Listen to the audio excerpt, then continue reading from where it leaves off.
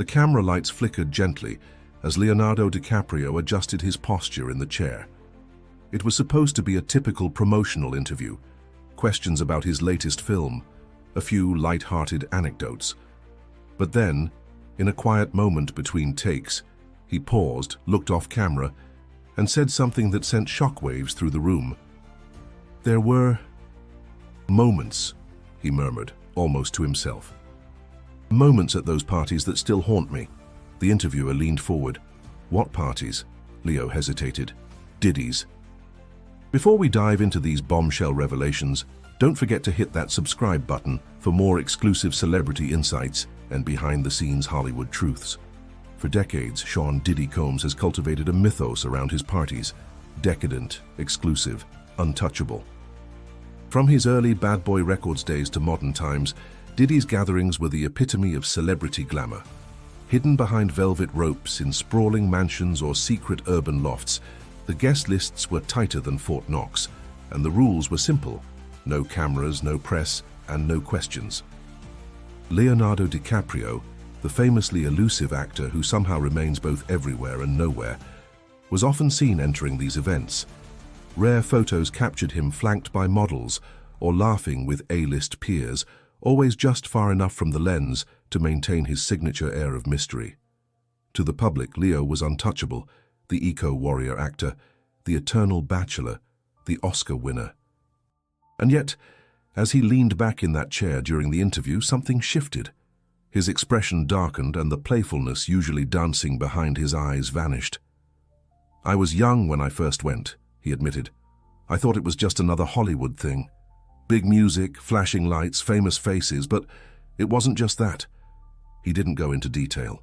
Not yet. But even the way he said "wasn't just that" carried weight.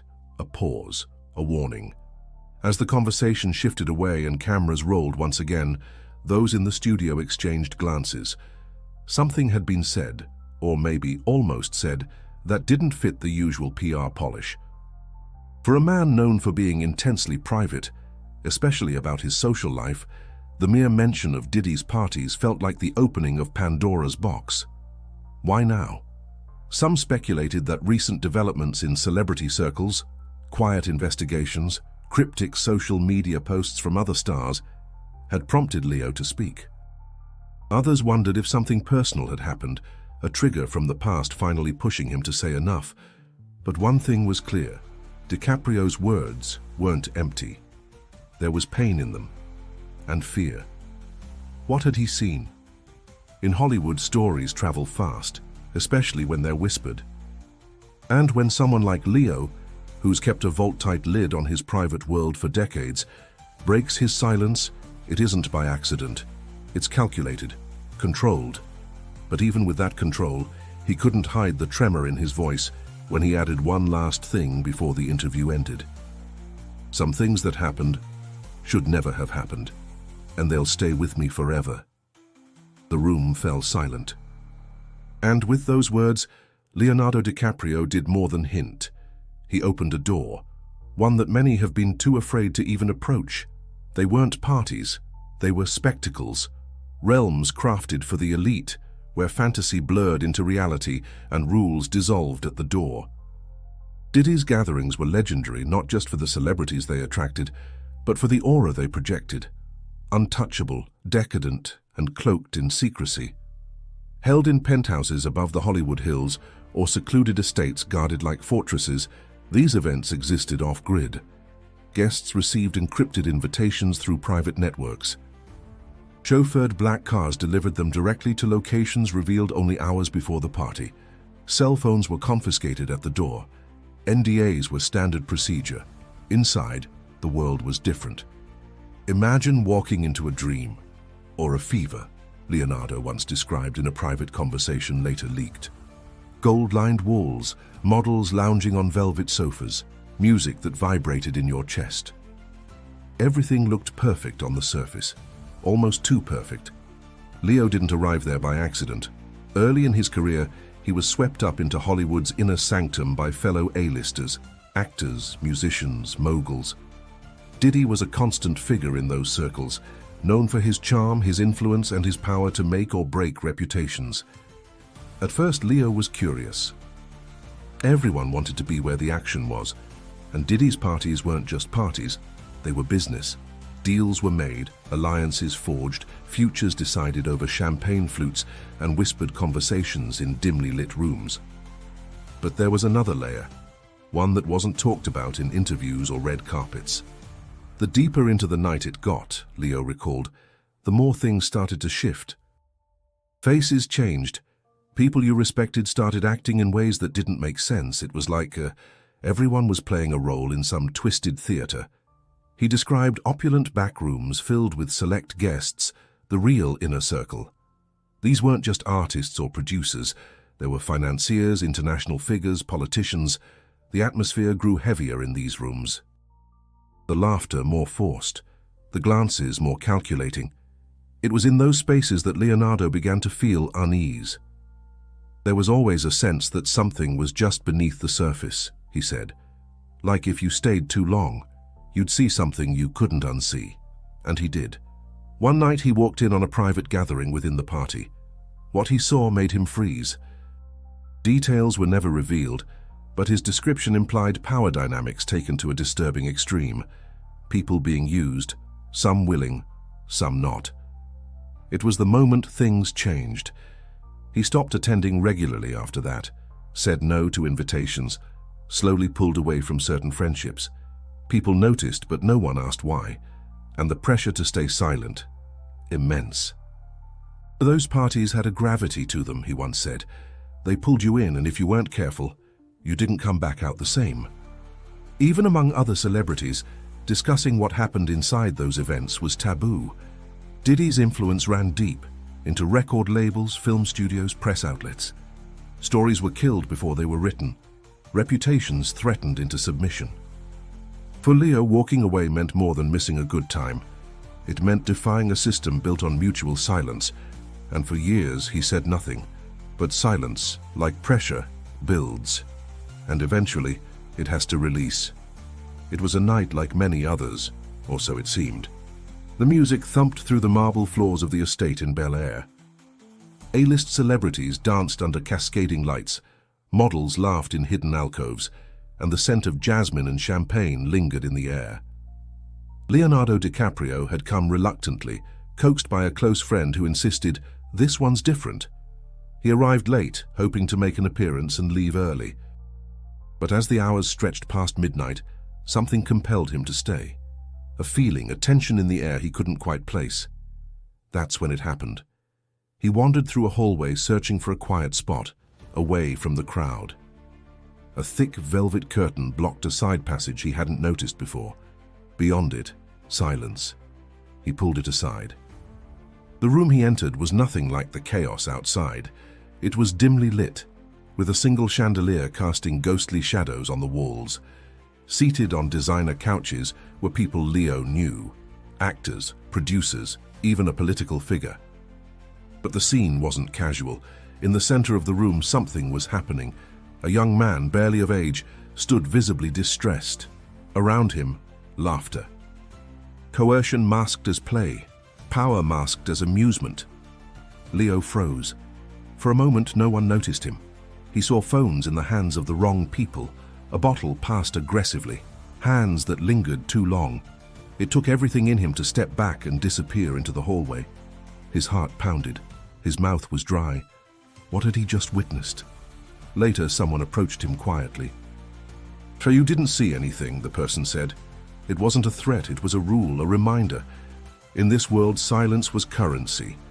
He left the party immediately. That night marked the end. He began to decline all invitations, not just from Diddy, but from others in that network. He grew paranoid. He hired private security even for informal outings. He stopped attending after-parties, and when pressed, he simply said, "Not my scene anymore." But the memory stuck. It wasn't just the event itself. It was the complicity, the ease with which people, powerful people, justified what happened. The way no one looked shocked, the way no one stepped in. "I couldn't stop thinking about the kids' eyes," he confessed later in a rare off-the-record conversation. They were screaming, but no one was listening. He didn't go public, not then. He feared retaliation for himself and for others.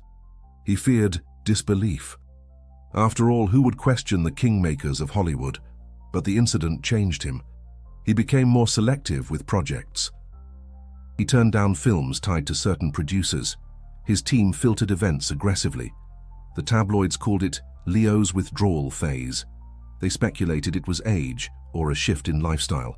They had no idea. Behind the scenes, he tried to help where he could, quiet donations to advocacy groups, whispered warnings to younger actors, but he remained officially silent.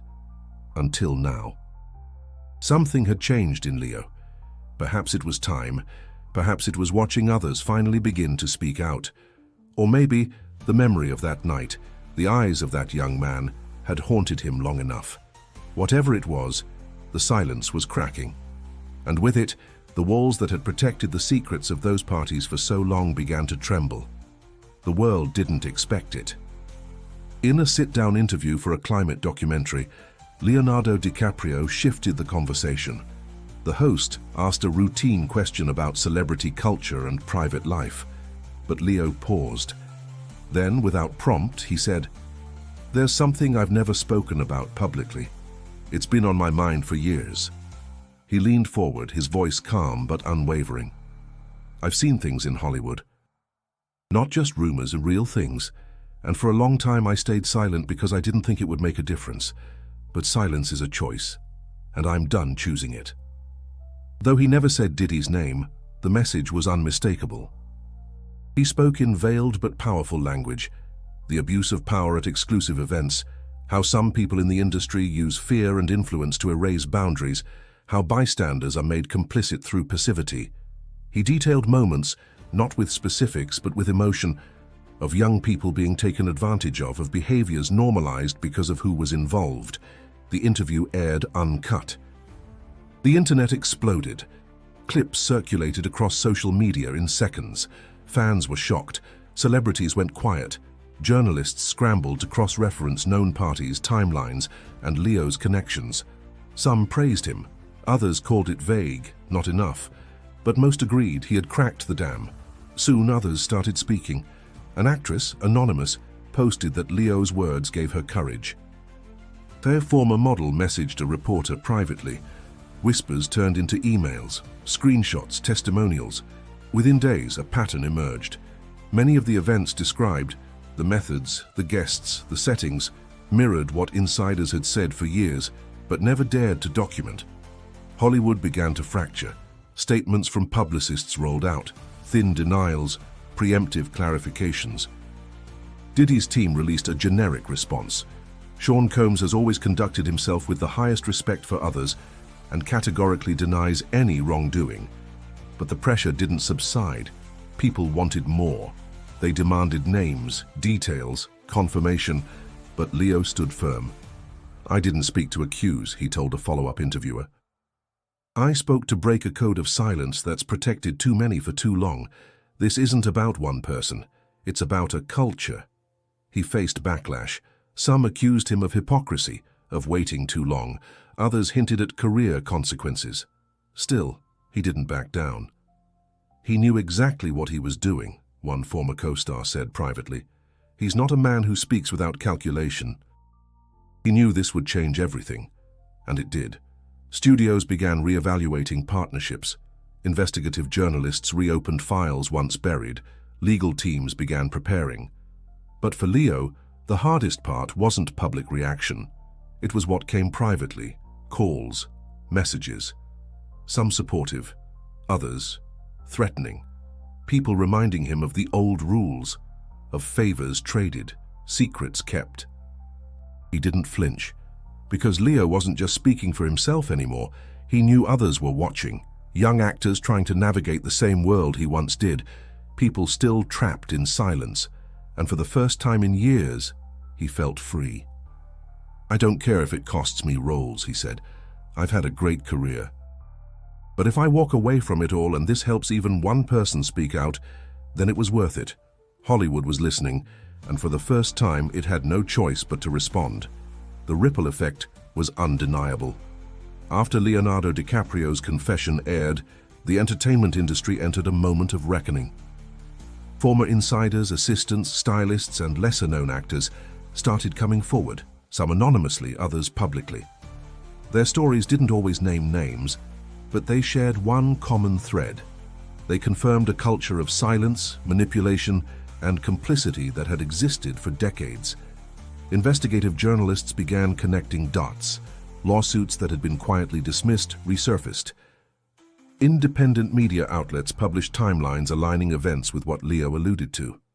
Suddenly, the untouchables didn't seem so untouchable. Diddy's name reappeared in the headlines, not as a mogul launching a new music brand, but as the centerpiece of a deeper investigation. While DiCaprio had never directly accused him of wrongdoing, the implication was enough to ignite scrutiny. Legal teams on both sides began preparing for what felt inevitable, but Leonardo didn't seek drama. He stayed mostly quiet after the interview, releasing one brief statement through his publicist. "I said what I needed to say. I trust that truth always finds its way forward." He refused follow-up interviews, declined offers for exclusive documentaries. He wanted no book deal, no biopic. What he wanted clearly was change. Behind the scenes, he increased support for organizations that protect young talent in Hollywood. He began consulting privately with advocacy groups to implement real policies, consent education for young actors, anonymous reporting tools for studios, better legal resources for whistleblowers. Hollywood was forced to listen. Some studios revised their event policies. Certain high-profile figures mysteriously vanished from red carpets. Casting directors grew more cautious. New conversations were happening in rooms where, before, silence had ruled.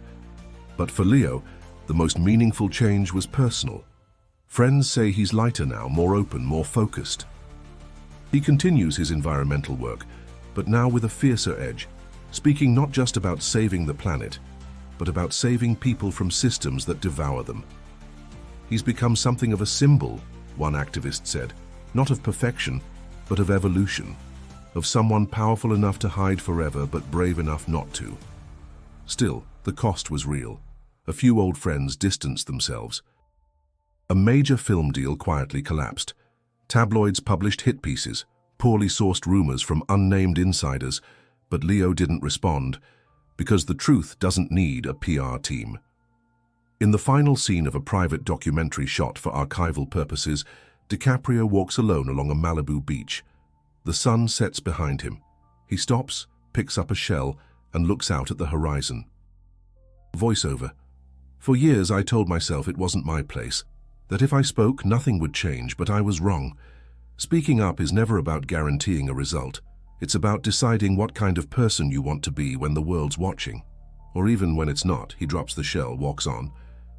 If you found this story eye-opening, don't forget to subscribe and click on the next video on screen. You won't want to miss what comes next.